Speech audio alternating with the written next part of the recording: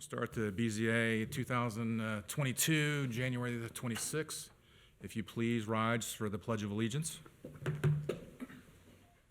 I pledge allegiance to the flag of the United States of America and to the republic for which it stands, one nation, under God, indivisible, with liberty and justice for all.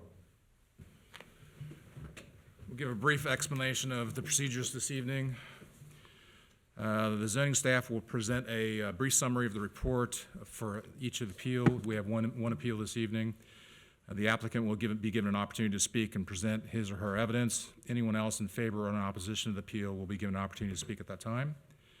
We will then close the public portion. The board member will then ask questions of anyone that has potentially spoken before or testified, or staff members. After the discussion, a motion will be made by the board member to either approve or deny the appeal. The vote is known as a straw vote. Such votes brings forth resolution at our next meeting in the board's decision. In your case, if it has been approved, you still need to wait for a zoning certificate to be issued, and it will be issued the following meeting when your case is journalized. We will do a roll call vote, please. Mr. Bartol. Here. Ms. Owens.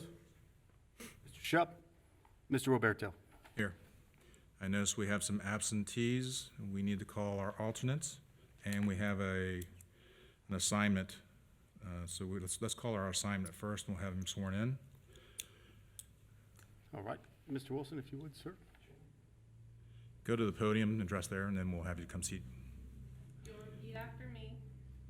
I, Kevin Wilson, I, Kevin Wilson, solemnly swear that I will uphold solemnly swear that I will uphold the Constitution and laws of the United States of America, the Constitution and laws of the United States of America, the Constitution and laws of the State of Ohio, the Constitution and laws of the State of Ohio, and the laws and resolutions of Colerain Township, and the laws and resolutions of Colerain Township, to the best of my ability, to the best of my ability, and will faithfully discharge the duties and will faithfully discharge the duties of a primary member of the Board of Zoning Appeals of a primary member of the Board of Zoning Appeals in and for Colerain Township, in and for Colerain Township, Hamilton County, Hamilton County, State of Ohio, State of Ohio, so help me God.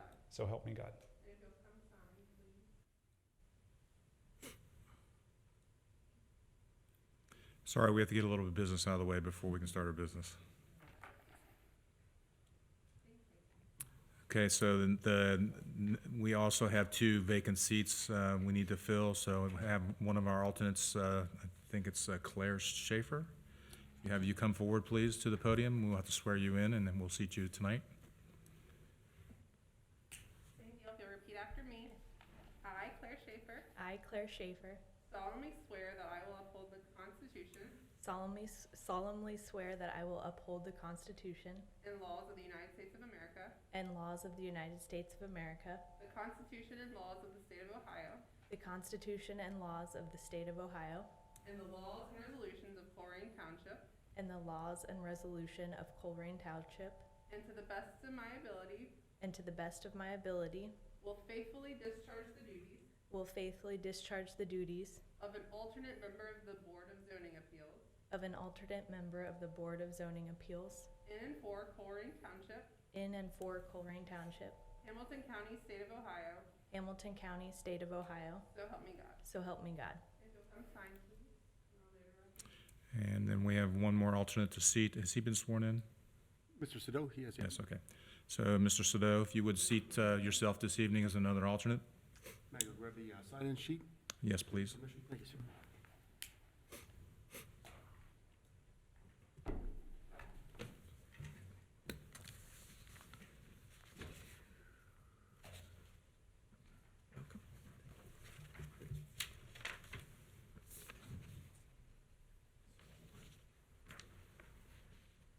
Thank you very much.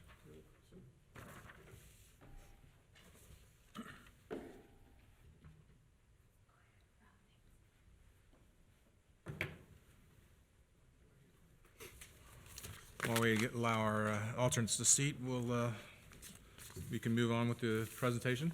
Thank you, sir.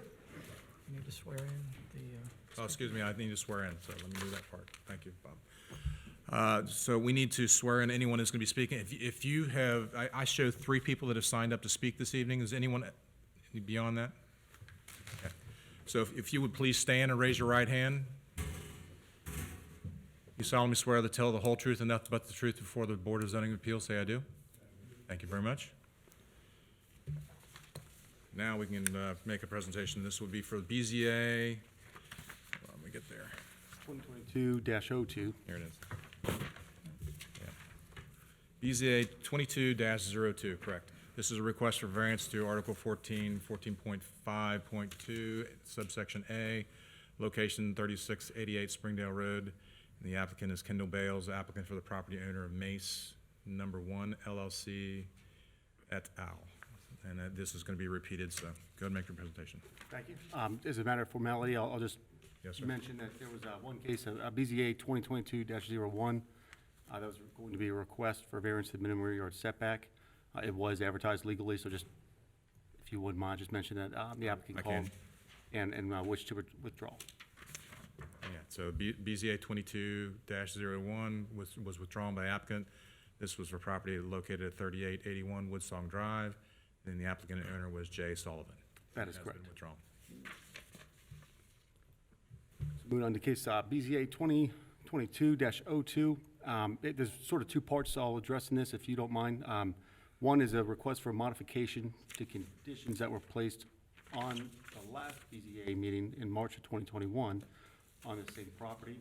And then part two, if you will, we'll kind of handle the request for the variance to the minimum buffer yard. Not really a stranger to this board is this property, located almost kind of right in the heart of the business district of Colerain here.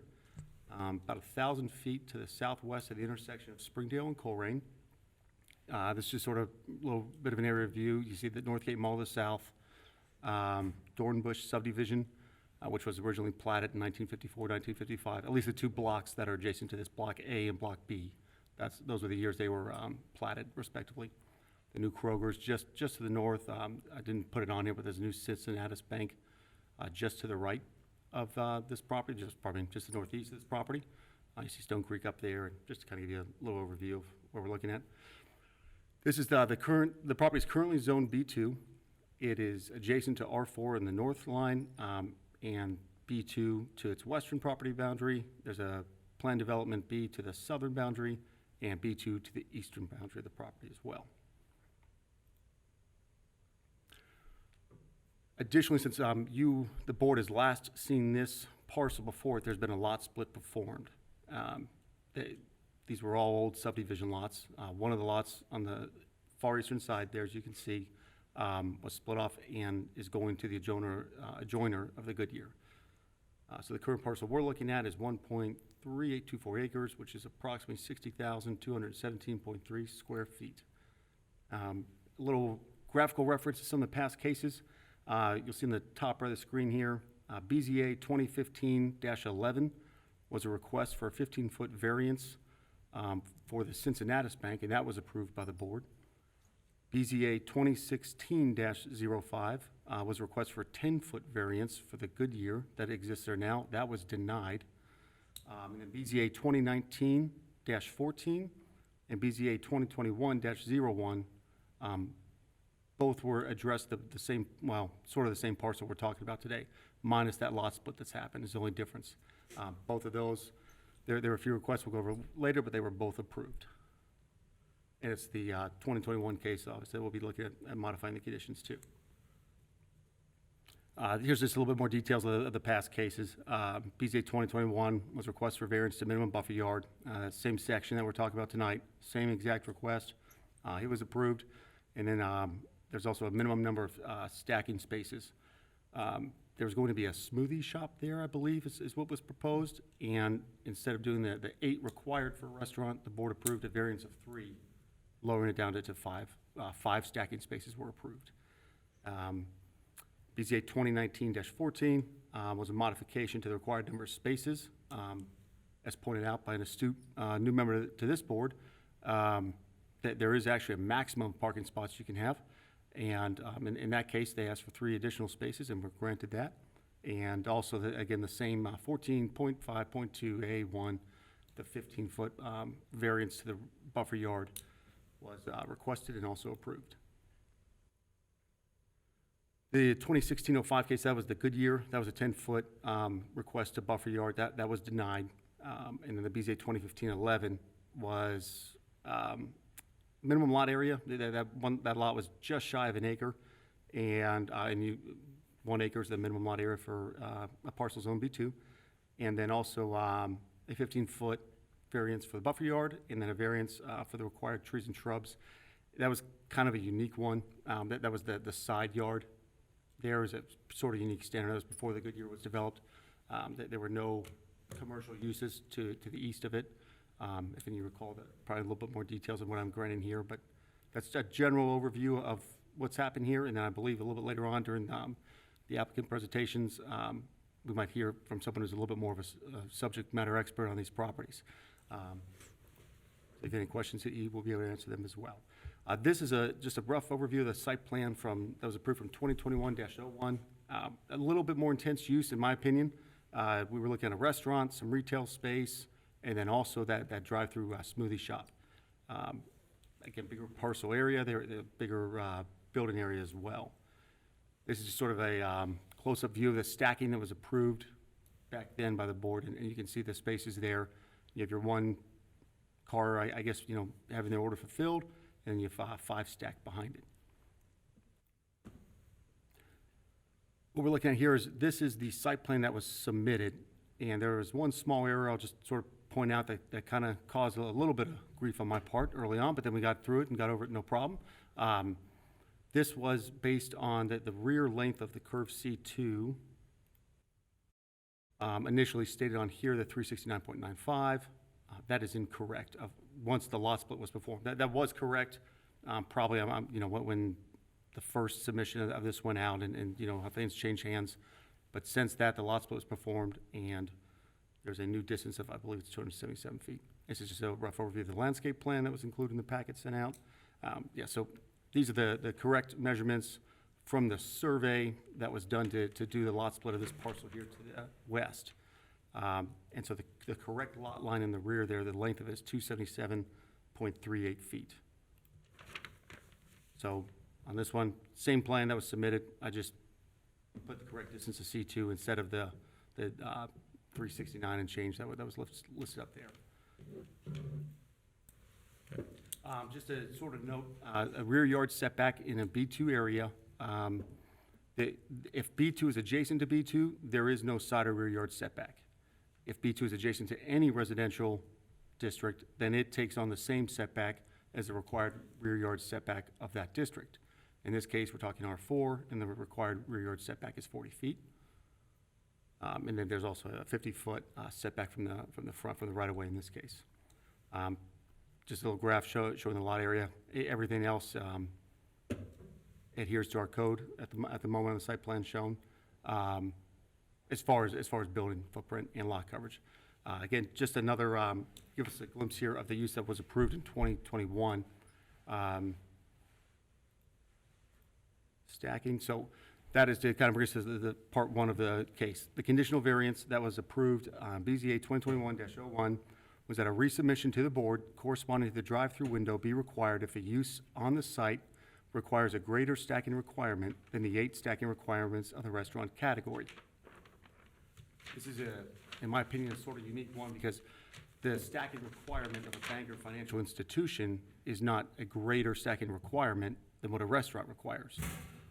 Their proposed plan, however, does show a greater stacking requirement, being they have 3 lanes of 4, and if my homeschool math is correct, that's about 12, is what they're showing. So for that part, they want to ask for variance from that, or to have that condition basically modified and removed. And also part 2 was the proposed drive-through shall not be in operation later than 9 p.m. on weekdays or 10 p.m. on weekends. A sort of neat aspect. It's new to me at least, but I don't get out much, so forgive me if you guys know what's going on with this. But there's a new product out called an ITM, an interactive teller machine that is taking place of the ATMs. Basically, it's almost a Surface or an iPad installed into like it would be a modern-day ATM machine, and you can connect via like a Skype type program, so like a Telelink program with a teller who would be stationed, be working anywhere remotely. So on that, the applicant is asking to remove that time hindrance here. And I would like to note that in the township, we don't have any time frames where there's a prohibited use of a property for the time frame.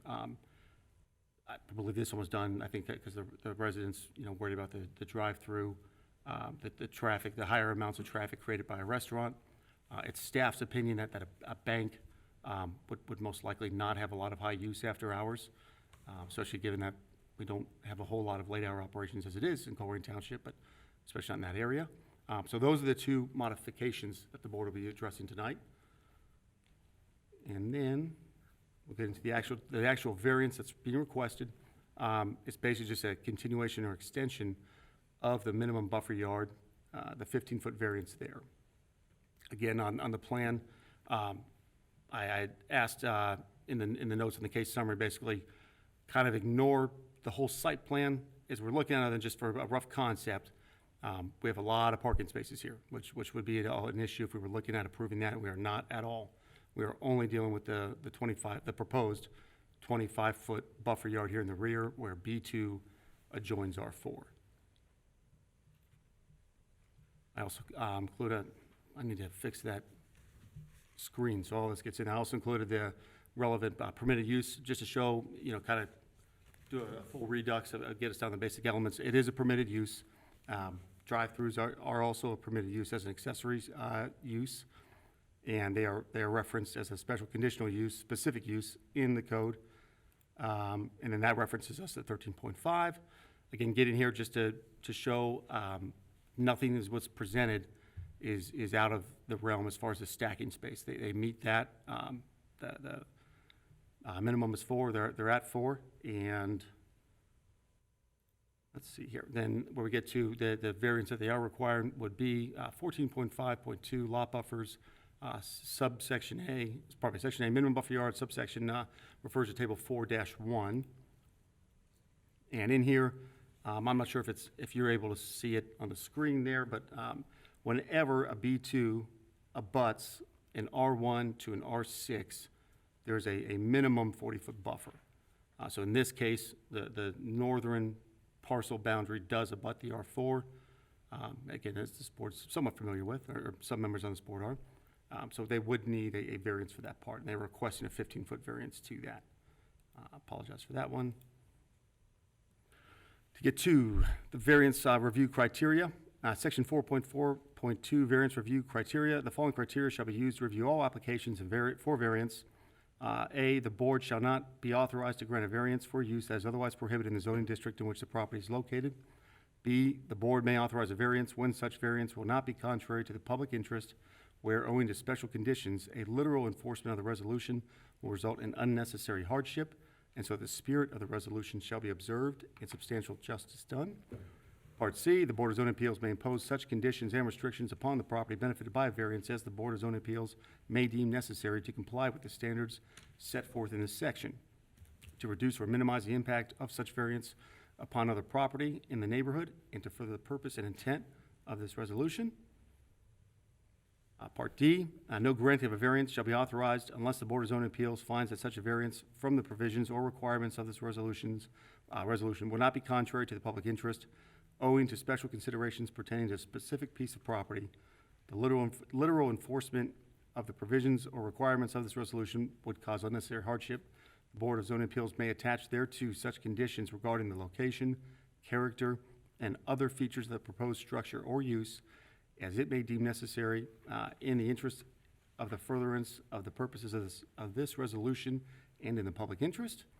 And Part E, no variance shall be considered or granted by the Board of Zoning Appeals which would allow a change in use of a parcel, building, or structure where such change of use could be accomplished by a redistricting of the subject property. It is staff's finding that the current use is an approved use in the zoning district in which the property is located. The granting of the requested variances will not adversely impact public health, safety, or welfare. Granting of the request for variance of minimum buffer yard will not adversely impact adjacent property owners. The Board of Zoning Appeals may attach thereto such conditions regarding location, character, and other features of the proposed structure or use as it may deem necessary in the interest of the furtherance of the purposes of the resolution and in the public interest.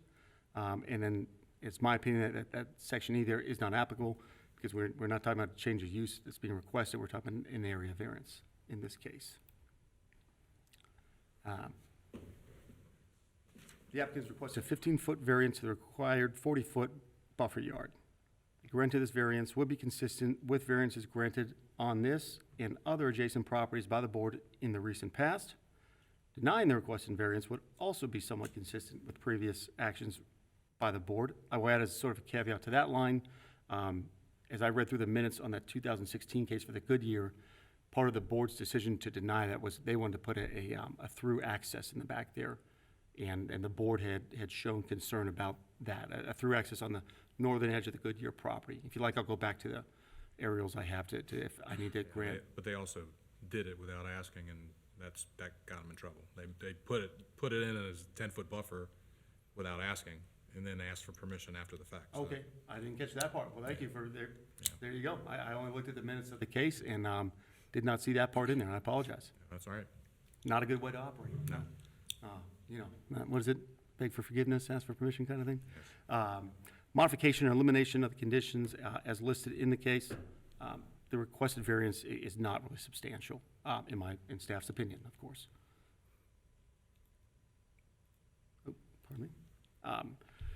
Staff's recommendations for approval of the requested variance with the following conditions: that the planning requirements for required buffers, the plannings only, be increased at the same rate of which the requested variance is proposing for the reduction of the required buffer yard distance. As I say, where 15 feet is approximately 37.5% of 40 feet, that we would, that the board would require that the plantings, the evergreens basically, be increased at that same rate, that 37.5. Just a staff recommendation, by no means. Okay. Anything more? It's worth what you pay for it, sir. That concludes my presentation. All right, thank you. Does anyone have questions for staff? Yes. Bartle? Well, first of all, it's an interesting case for the new members who are probably totally clueless as to what's going on. So since none of them, of the three new board members, if they feel like they need to abstain, which they have the right to, I guess, if they feel like they can't make a decision, that only leaves the two of us, potentially. Yeah. And I don't know if that's going to come up or not, but I'm just curious if, Well, There are but two they're new hearing a board new, members. but they're it's a new hearing case, yeah. Well- It's just they don't have the background Sure, sure. other than what you've explained. But, so really, the variance is just the buffer, The variance request is just the buffer. right? And Okay. in a weird kind of well, I want just one aspect, though. Mr. Sado is not a new member. No, but He is an alternate member, so we have two yeah, new I members. can't remember if he was here last year. his point was that they were not here for any of the. He wasn't past- Sure, privy okay, to- for the past, I apologize. Well, one, I hope that I present the facts, and if anyone had any questions, Yeah. we're able to get there in a manner that's coherent. Yeah, I Okay. believe they're both very smart and competent, and have given me a good run for my money on a few things so far. But all that to say, you're exactly right. Sure, there are some things where the experience. just in case they feel uncomfortable to make a decision. But, so it's a buffer variance again, even though it was approved last time, but it's coming up again because it's a That's- new footprint of a building or a totally new project? So it's a little unique, and the clients may do a better job, or the applicants may do a better job representing this than I will, but I'll do a real quick job to encapsulate what I understand is happening. The use that was gonna be there, the smoothie, all that shop, that part's gone. The new client who wants to buy the use contingent on getting the variances approved. Whole new use, the clause in there saying that any increase in use needs to be approved by the board is kind of triggering this in one sense, because in March of this year, if no zoning certificate has been granted, all of those previous variances are gone, they're up in smoke. So they would not have to ask for the modifications, but they would have to ask for the 15-foot buffer yard variance. Okay, thanks. And and maybe I misunderstood. Previously, when this was granted, we gave them a 15-foot buffer before, didn't we? That is correct. Yep. Are we asking for the same thing, or are we asking for a 25-foot? Because it looks like on the drawing it says 25-foot. But, which would be a 15-foot variance to the required 40. Right, but previously I thought we granted a 15-foot buffer, period. Not a 20, Oh, I can't remember. Because that's what I think was granted for Goodyear, if I'm thought correctly. Goodyear did not get granted anything, did they? Well, they wanted 10. Okay, I thought, when I read that, I thought they had asked for a 10-foot variance, not a buffer yard of 10 feet. Well, that might be me not wording things correctly, first off. So when I hear variance, They wanted an additional 10 feet. You're correct. okay, And I thought the net was that they were going to be 10 feet from the property line. I'm not sure about So that aspect. our net on this, to make sure everybody's clear, is 25 feet from the property That's line. what the plan has proposed, and I hope maybe I don't speak as clearly as I hope to. That is what I was trying to convey. We're asking for a 15-foot variance to the required 40 feet. 40, so the net is 25. Yes, I will be more clear on that in the future. I apologize. I confuse myself sometimes. Oh, that's all right. I just want to make sure we're clear for some of the new members. Any other questions for staff? I see none. Is the applicant present? Yes. Would you like to come make your presentation, please? Hello, I'm Kendall Bales, the applicant on behalf of SINFED, and we have Dave Matson, a representative from SINFED here with us today. If you have any For the record, if you can give your address for the record as well. I put 6174 Delcrest Court, Fairfield, Ohio. That's perfect, thank you. But Jared did a great job presenting what we were doing and why we're asking it. The only purpose is because of the change of use. The extra ITM spot that's going to require 12 stacking spaces kind of kicked us into this, and also the fact that the hours of operation for the ITM. So the ITM will, just to clarify, it'll only operate like an interactive machine, like during normal hours of operation, but after that, it just switches over to an ATM type function. So after certain hours, normal business hours, it just switches over to an ATM function. So we should have low use. So, Good. if you have any questions for SINFED about their operation, they're here. Dave Metz has he's the subject matter expert, I think, on this case. So if you have any questions for him, he's here also. Okay. Any other person who wants to speak in favor? I see. No?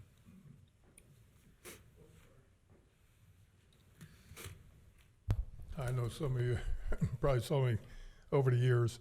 My name's Dave Metz, 6890 Jennifer Lynn Drive in Cincinnati. Over the years, I was involved with the landowners of, we brought the Kroger Marketplace to Springdale. And I always get mixed up on the years. I think it was like 2016 or something of that nature. And when that happened, there was a consolidation of those homes to be turned commercial. We actually, Goodyear, who was then a tenant in the building where the Kroger now sits, was, we put together a purchase of the property that they enjoy now, and they're thrilled to be there. I was in here in December 2019 to apply for a variance, which we were approved. 2020, 2 months later, we're in COVID and the world shut down, and the project basically got shelved. It got reinitiated in early winter, first quarter of 21, which we were in here in March, asking for a variance for the drive-through. And that was primarily instigated by the fact that we had a restaurant user that needed a drive-through, and we had the approval, as Jared had said, with to have the reduction from 40 feet to 25 feet, which is the same request being made now. And many of you may have noticed there was, I think it was August, there was actually a job trailer, construction trailer on the site. In full disclosure, I put together a group, of which I'm a minority owner of that piece of ground now, and we were going to build a 8,600 and some change strip center to, in the tropical smoothie, which was the party that needed the drive-through, was involved. With everything that went on last year in the construction industry, that bids kept changing, going up by 25-30% a month. And the tropical smoothie, lost interest in the site. And as fate would have it, I was contracted by SinFed to look for sites in Cincinnati. They identified that Colerain Township was their number one choice for places to be. There were no sites. We were actually working, I can't name that, the place we were working on a confidentiality agreement. But in any event, after doing an aerial one day, they said, hey, what about that patch of green over on Springdale? And I said, I'm sitting there, we're like weeks away from launching construction. And I said, well, that's a long story, but it's due to start development here soon. Long story short, they expressed interest in it. We came to a conclusion, an agreement on a deal there, and they're back in today to see if they can put their company there. Over this course of these years, I was, the one thing that was continually evident is that the preferred use for this was something other than a restaurant with a drive-through. And because of the neighbors in the back and so forth, Freddy's, which was never really brought up here today, Freddy's was a restaurant, Freddy's Steak Burger, applied and was defeated to locate here, principally because of the drive-through and the restaurant nature and garbage and everything that goes with that. The SinFed, in my opinion, answers all those objections. It's not a restaurant. It doesn't produce garbage. It's not open late at night. And the drive-through of the ATM, ITM world is here and with us and will be for some time. I think this is a good use. I think it answers the questions identified in previous BZA type meetings to answers those objections both for the neighbors and for the township. I think it'd be a very suitable and a very strong company to locate in Colerain Township. So that's all I have. Thanks, sir. Anyone else speaking in favor? I note none. Is anyone speaking in opposition? I see none. Do I have a motion to close the public portion? I'll make the motion. Do we have a second? Second. Second made. Roll call vote, please. Or any discussion first? Roll call vote, please. Mr. Bartow. Yes. Ms. Schaefer. Yes. Mr. Sado. Yes. Mr. Wilson. Yes. Mr. Roberto. Yes. Okay, we'll start with questions. Mr. Sado, would you like to start us off tonight?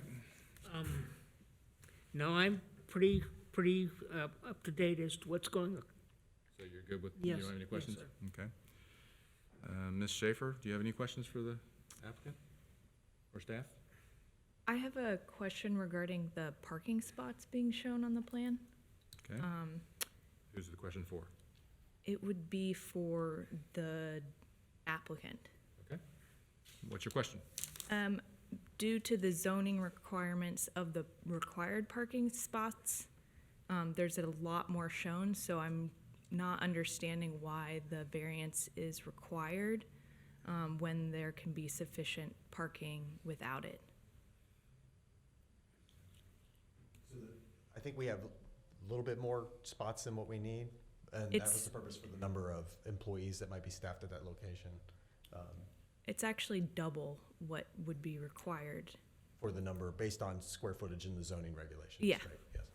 It was just based on just numbers of the normal bank use, so you have your people coming in and out. We had a number there, and then we had a number that we picked for possible number of staff members working at the facility. So that's how we came up with the number. I think it's a little heavy, and we will be cutting back on the number, but I don't know that it affects our rear yard for the sake of our configuration of our building Okay. and how our drive-throughs and our stacking's working on the west side.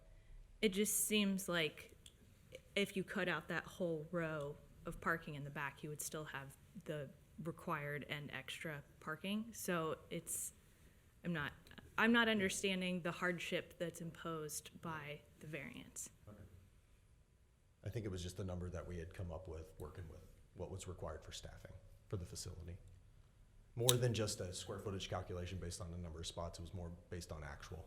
Yeah, but there's a minimum required parking and then there's a maximum allowable, and then there can be variations with that if certain steps are taken in terms of landscaping. But since that's not shown, it's hard to tell that that's the intention and that's the goal. So therefore, then the change to that setback would be required. So that's the part I'm not understanding.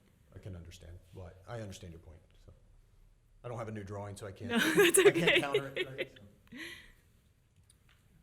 But that's my only question. All right, you have any other questions? No, thank you. Mr. Wilson, do you have any questions? No questions, no. Mr. Bartle? Well, piggybacking on that last question, so you're saying if you were to remove that last row of parking, that would be detrimental? You need that row in the back? It's based on current staffing requirements that we okay. have. So. Is it a one-story building or two? Yes, single story. Just single story? So the number of staff must be fairly high then? With cubicles for whatever their needs are. They haven't determined exactly what the staffing is going to be there, so it'll probably be built out in phases, but based on what they have at their current offices and stuff, it would pan out that direction. So we wouldn't be able to eliminate all of them on the rear. Sure, okay. All right, thanks. So how does that work if the parking spots are higher than the zoning allows? They have a 10% grace, and then anything above that, they have to increase the landscape in the parking area by 20%. If they can't meet those two standards set forth in the zoning resolution, they'd be, yet again, back here in front of you asking Okay, for so that's like Yep. And next that was part of next my step. line in the case summary was the only aspects that the board would be approving would be that variance, that buffer yard variance of 15 feet to reduce it from 40 to 25. And you do bring up a great point, right? If that back row of parking is gone, in a sense, the need for the variance is gone as well. But I was trying to sort of highlight, that there were a few other things with this plan that we just need to go over, right? Which is part of the process, unfortunately, for someone in the private industry. It's not fun to deal with government entities. But there are a lot of other small nuances in this plan that would not be approved as it's presented now by me. The same applicants and property owners would be back here before the board if any of those were to be presented to us in the actual, when we go to issue the zoning certificate. If any of those standards were not met, same thing, that certificate would be denied. They'd be back in front of you for variance. Does that answer your question, Ms. Schaefer? Or no? That's not answer? Yes, it Okay. does. And I would then have a follow-up question. Okay. And our intent is we're designing the site to be completely, the rest of it compliant with all regulations. So we plan to redesign the parking lot to meet the interior landscaping requirements Okay, and not request any additional variances. okay. Yep. So you're saying the number of parking spots presented here is an estimation based on staffing, and it would present you with a hardship if you were not able to go beyond that 40-foot buffer? Yes. Okay. Yes. And then I had a question for staff. Your recommendation or contingency to add landscaping of 37.5%? Is the landscape plan that they presented, It would doesn't include that, correct? No, not at all. Okay. And that's where we had a few issues with that rear yard distance that was given as C2 as I had shown earlier, where I had to go back because a lot split had happened, and it really wasn't that distance anymore. That affected a few things, but then that recommendation, right, is just that, that's this guy. Well, I'm just asking yeah, because yes, sir, of to course. add 30% to that, seems like you'd be cramming a lot of landscaping in there, and I just don't know if the benefits of extra landscaping versus it surviving due to crowding it in would be worth, beneficial. And I'm not by any means a landscaping expert, I neither. try to like balance things, if, sort of, if you're asking for something. Yeah. Generally, it's my recommendation that there's some type of give and take there, but just, it's simply staff's recommendation. Right.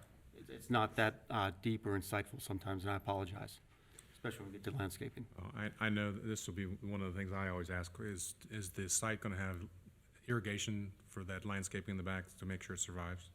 That's the current plan, yes. Okay. Yeah, otherwise it won't survive. But you were saying, if, say we decide not to do the 37.5%, the resolution, Colerain resolution still requires the 20% since they have too many parking spaces? Well, And that can be scattered about the whole site. If they were to, at this moment, just for this hearing only, that the landscaping should not really be a consideration, other than the fact of the request they're asking to reduce the buffer yard. So in my opinion on that was just, if you have residents behind it and they're gonna reduce the buffer yard, how do you try to make both sides sort of happy? Well, a little bit increase in landscaping might add a little bit better buffer. So, and then that's kind of part one. And then abstract from all that, no other part of the plan should really be, I don't say considered, because that doesn't sound right, and presented to board. It's not approvable, it could not be approved in the state it's presented as. So if they were to want a percentage of landscaping over the amounts listed for the uses they have, and the use could change, and that's why it's parking's a weird thing. It's not an exact science, but so let's just say, they get the bank in, if they get the variance, they get the bank in, they think it's gonna be office, but then something like COVID happens that changes the landscape's a bad word to use, but the business economy completely, and some other use goes in there, be healthcare or something like that, and they would need those spaces, something like that. They would have to come back and apply if their parking plan indicated that they were over or under the required minimums or maximums. They have a 10% grace, and if they go over that, they have to do an increase in landscaping in the parking area of 20%, I believe it is. And if they didn't meet that, then again, they'd be here in front of you. Okay, so just to make sure we're focusing, we're only looking at the 15-foot variance. So all the other things that you're seeing on the map really shouldn't be taken in consideration. So your point to whether or not it's a hardship, because they really need the parking space is a valid question. But beyond that, landscaping will be reviewed if this variance gets approved. Then they'll submit a landscaping approval and a parking approval, and then it all has to fit within the zoning criteria. So we just need to be succinct. We're focusing on the variance of the distance between the property and the adjacent property. Clear? And then that is absolutely correct. And then one small caveat to that is where the modifications to conditions 1 and 2 of BZA 2021-01, which expire in March anyway. But yeah, I think it's a technicality for their client. I think they're asking for that to be kind of expire 2 months before it would, if it were just left to die on its own. Okay. But my point is, if we include the 37% additional landscaping, Could we? and then It'd be Jamin. no, I'm saying if we approve it, and then their landscaper, they build the building, the landscaper's out there, and our professional opinion is it's way too much stuff. Do they have the right to not put that 37% in? I'd want some, that's why if I were to vote on this, I would not include that additional landscaping. Okay. Just want to reflect on the fact that the previous, and I know it expires in March, but the previous approved plan last time included a beefing up of the landscaping, and please remember, this is on top of a 6-foot mound. And it was also approved that evergreen type plants would be used so that this would be coverage throughout the entire year. So the submittal of that, what's going in, has the enhanced foliage from last time we did this. So whether there's a need to beef it up another 30%, seems you have trees on top of trees. So Just to tag on to what he just spoke, so our request was to maintain all the other conditions of approval, to only modify the 2. And one of the conditions was to provide those additional evergreen plantings along the rear, put them on, it was a 3-foot berm based on what the I got the, part of our cover letter has the original statement on there. Also add a fence along the back, put the evergreens on top of a berm, which added this additional buffer between it and the rear. So holding those same conditions probably is more suitable than a 36% increase because of the worry about the plantings being too dense. So And so it would be my recommendation that we would just carry those terms forward for the next year and tack that into this, so rather than just approving a 15-foot, and board, you guys can draft it however you want, but we're gonna grant the variance if we so choose, but we also want to carry forward that landscaping plan that we talked about and previously approved, so it carries forward for the next year. Does that sound fair? Absolutely. Then just to clarify for everyone here, then the landscaping plan that was shown on here is nothing at all. It was just a reference. And then obviously we have on file the old landscaping plan. When they come in to apply, it will have to meet that coupled with this. Yeah, so essentially now that you're shortening your space, you can just lop it off. So what you had planned here is now just gonna be terminated, and Goodyear, whoever is getting that next parcel, can worry about Perfect. that piece. Thank you. Any other questions? All right, does anyone want to make a recommendation? Do you have to motion the public portion over? Did we do that? Oh, yeah, I guess we did the public portion now where we were asking questions, so we're ready to vote. Okay. Anyone would like to make a recommendation?